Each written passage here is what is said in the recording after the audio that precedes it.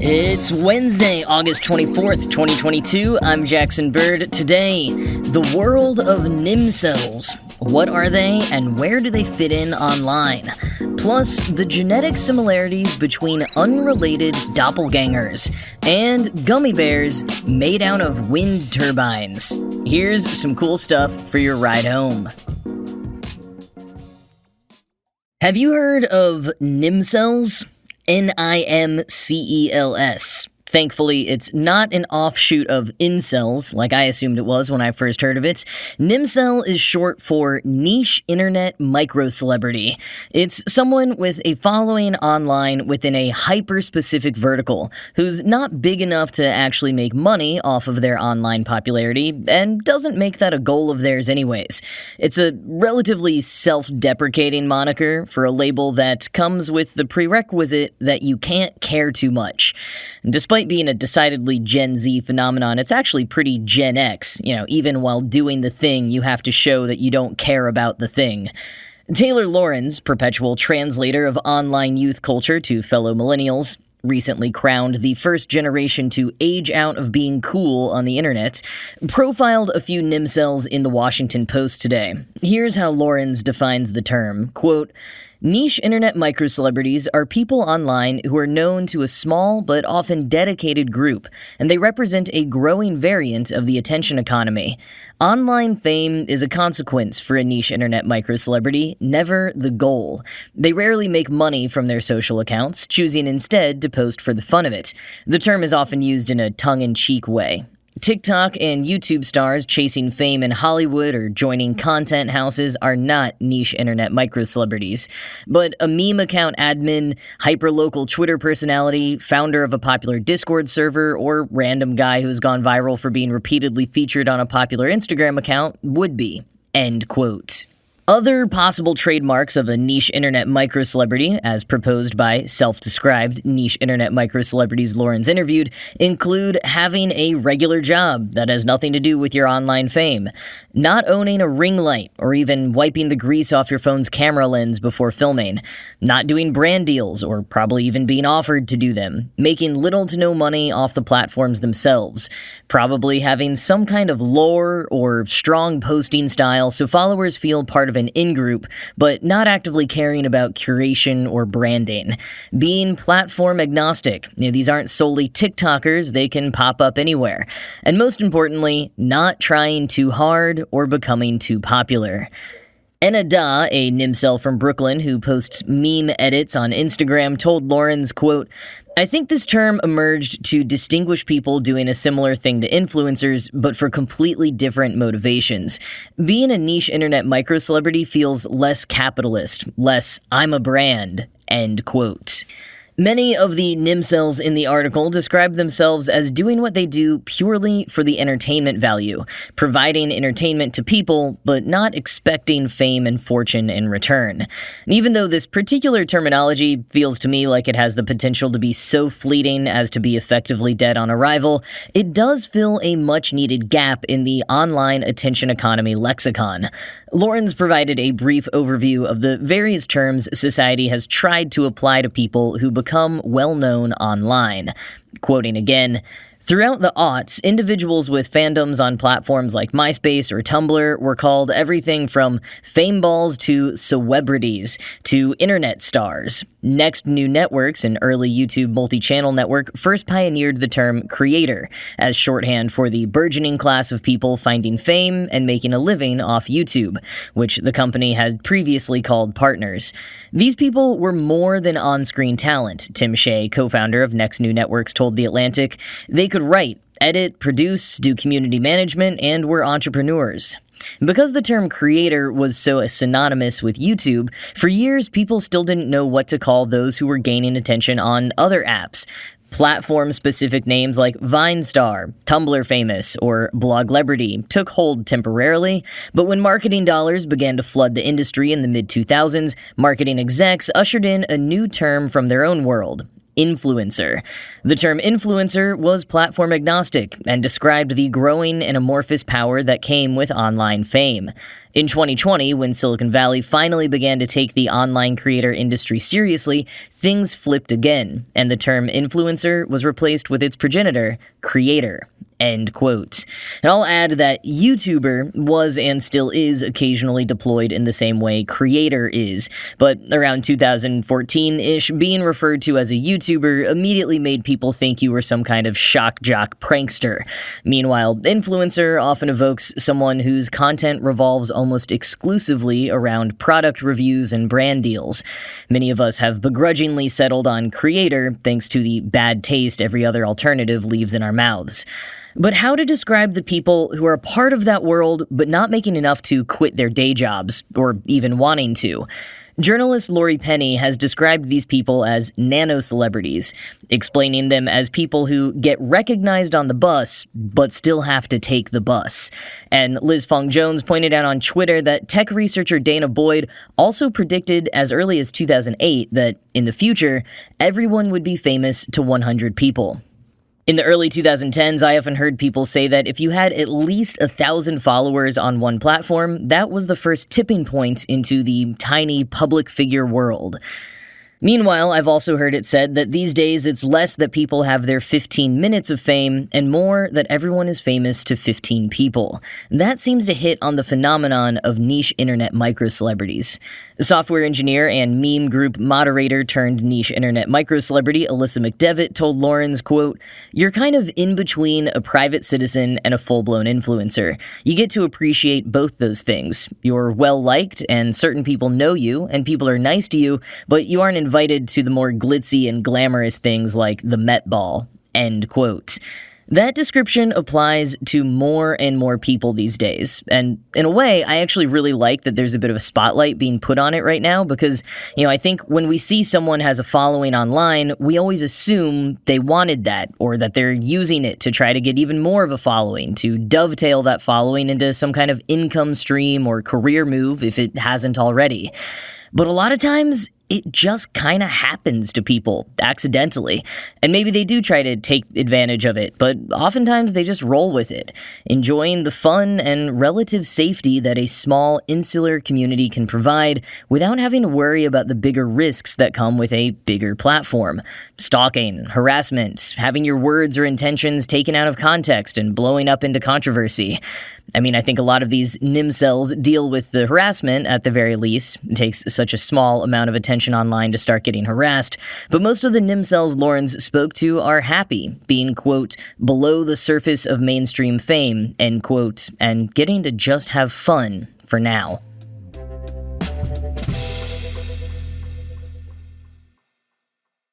Have you ever been told you have a doppelganger? Someone unrelated to you who looks remarkably similar?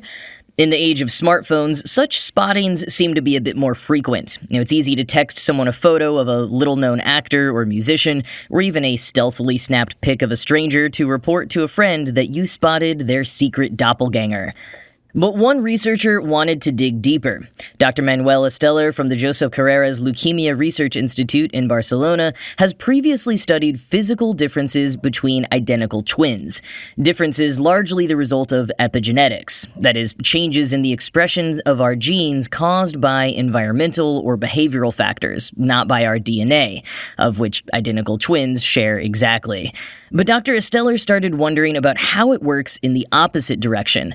Rather than two related people who are supposed to be identical but have some physical appearance differences, what about people who aren't related but share an eerily strong physical resemblance? Fortunately, Canadian artist Francois Brunel already had a sample population ready for Esteller's use. Brunel began photographing pairs of doppelgangers in 1999 under a project called I'm Not a Lookalike. The project features black and white photographs of pairs of unrelated people from all around the world who could easily pass for twins, but in some cases aren't even from the same continent and don't share any similar ancestry. Esteller's team got in touch with Brunel and managed to recruit 32 pairs of lookalikes. They then used facial recognition software to assess the similarities between each pair. Half of them scored similar scores to those by identical twins. The team then analyzed the DNA from all of the participants using saliva samples they'd provided, and they ended up finding out that those 16 pairs that scored similarly to identical twins on the facial recognition software, the ones dubbed true lookalikes, shared far more of their genes than the ones who were physically more dissimilar. So people really do look more similar because they have more genes in common with one another.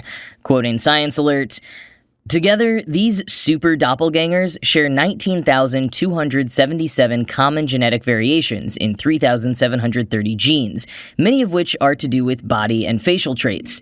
Their personal questionnaires suggest they share even more than that. Some lifestyle features, like smoking habits, weight, and level of education, were also associated with many lookalike pairs." End quote. Now that said, the lookalikes did differ when it came to epigenetics. From the New York Times, quote, "DNA alone doesn't tell the whole story of our makeup. Our lived experiences and those of our ancestors influence which of our genes are switched on or off, what scientists call our epigenomes. And our microbiome, our microscopic co-pilot made up of bacteria, fungi, and viruses, is further influenced by our environment. Dr. Esteller found that while the doppelgangers' genomes were similar, their epigenomes and microbiomes were different. Genetics put them together, and epigenetics and microbiome pulls them apart," he said. "This discrepancy tells us that the pair's similar appearances have more to do with their DNA than with the environments they grew up in. That surprised Dr. Esteller, who had expected to see a bigger environmental influence. Because the doppelgangers' appearances are more attributable to shared genes than shared life experiences, that means that, to some extent, their similarities are just the luck of the draw, spurred on by population growth. There are, after all, only so many ways to build a face." End quote. Esteller hopes that being able to confirm these genetic similarities could be helpful in the prevention and treatment of disease. If links are found between shared disease and shared predilection for certain diseases, or if doctors are able to know how a person should look based on their genes and they don't look that way, it could be a clue of an underlying, as yet undiagnosed condition. Esteller has also raised the idea that these findings could one day be applied to forensics, but others have pushed back, saying that facial algorithms have already shown to have at least a racial bias, so we'd need to proceed carefully to ensure all ethical concerns had been considered. Now, reversing gears again back to the identical twin studies, this makes me think a little bit about cases of identical twins or triplets who were separated at birth and then later found to have had a ton of life experiences in common, like picking up the same hobbies, following similar career paths, marrying people with the same name. It's wild that these unrelated people who happened to share so many genes in common despite not having any ancestral relations still ended up sharing similar habits, weight, education, etc. So does our DNA really determine so many factors like that? Or is it perhaps that people who look a certain way get treated a certain way and have certain expectations put on them in very subtle, unnoticeable ways that add up over time?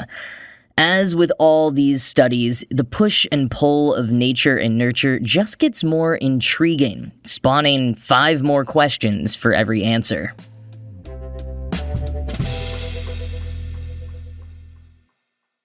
Gummy worms, bears, and other gummy candies typically aren't vegan because they're made from gelatin, which is usually derived from collagen taken from animal parts. But good news, vegans, in the future, you might be able to eat gummy bears made out of wind turbines. For real. This is thanks to a new study from researchers at Michigan State University who presented their findings today at the fall meeting of the American Chemical Society. Now, their study wasn't focused on finding a way to make vegan gummies, unfortunately, but rather on finding a way to more sustainably recycle wind turbine blades. Quoting Gizmodo, "The same arguments for upgrading your smartphone every year, such as improving its performance or replacing a device with a lot of wear and tear, apply to wind turbines too. Swapping in larger and lighter blades can improve the efficiency and power output of a wind turbine, but disposing of a mobile device that slips into your pocket is a lot easier than disposing of a fiberglass blade measuring over 250 feet in length, or 3 of them to be exact. Current wind turbine blades can be recycled into other products such as building materials, but the practice isn't widespread yet, and these gigantic components instead often just end up in landfills. End quote. But how did this team get from recycling wind turbine blades to turning them into gummy bears? I mean, that wouldn't be most people's first idea for repurposing. Well, they actually developed a new turbine material and then experimented with various ways that material could be adapted for both reuse and repurposing.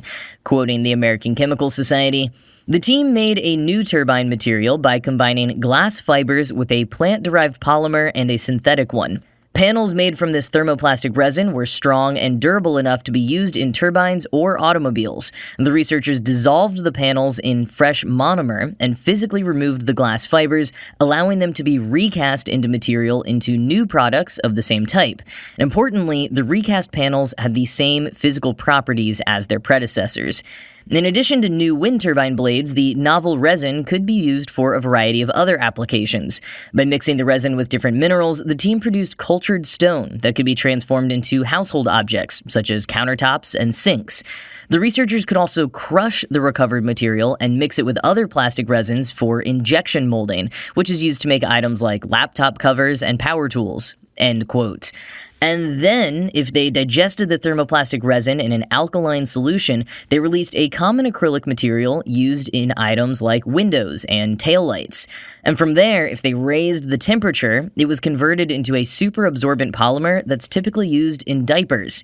And a byproduct of those processes is potassium lactate, which can be purified to the point of being food-grade safe. So the team took that and used it to make gummy bears. Presenting author John Dorgan said, quote, "We recovered food-grade potassium lactate and used it to make gummy bear candies, which I ate." End quote. Gotta love an experiment you can eat. Now, Dorgan seems to have had no ill effects from eating these wind turbine-derived gummy bears. He told ACS, quote, "A carbon atom derived from a plant, like corn or grass, is no different from a carbon atom that came from a fossil fuel. It's all part of the global carbon cycle, and we've shown that we can go from biomass in the field to durable plastic materials and back to foodstuffs." End quote. So, will wind turbine gummies be hitting the market soon? Not for a while, if ever. The whole process relies on wind turbines switching to the new material the team developed, not applying all of this to existing turbines, so they'll need to be made, installed, and tested in the field. If that all holds up, it would hopefully create a larger demand for the bioplastic developed by the team to help them then financially scale up. The gummies, though, might have just been a proof of concept. But hey, never say never.